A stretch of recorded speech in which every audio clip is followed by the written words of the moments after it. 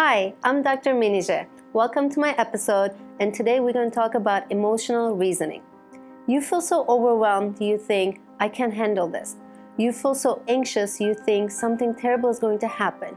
You don't feel comfortable in your skin, so you think, I must not be attractive.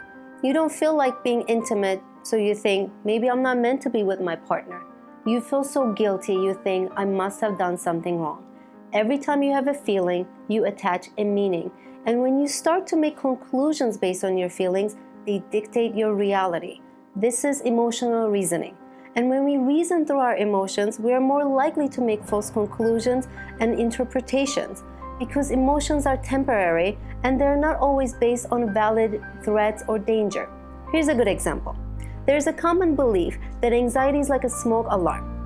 When you're cooking something too smoky, you know your smoke alarm sometimes goes off, but you know there's no real danger, it's just misdetecting.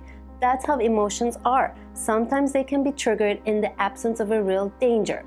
So the solution isn't to go to the other extreme and totally ignore our emotions because we know they're informative and helpful. We want to find a balance of the two. Here are a few steps. First one is to pay attention to your emotions and label them accurately. But before jumping into conclusion, ask yourself this one single question.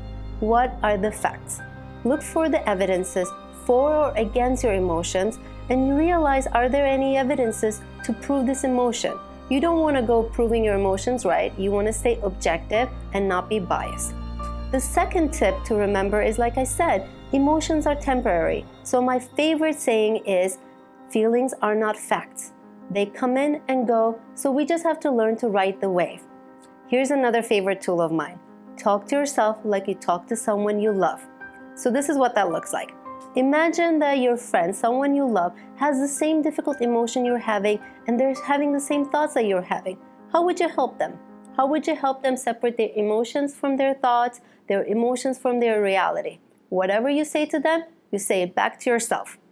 And the last tip to remember is that emotions can be very difficult sometimes, so stay compassionate. Stay non-judgmental, be empathetic towards yourself.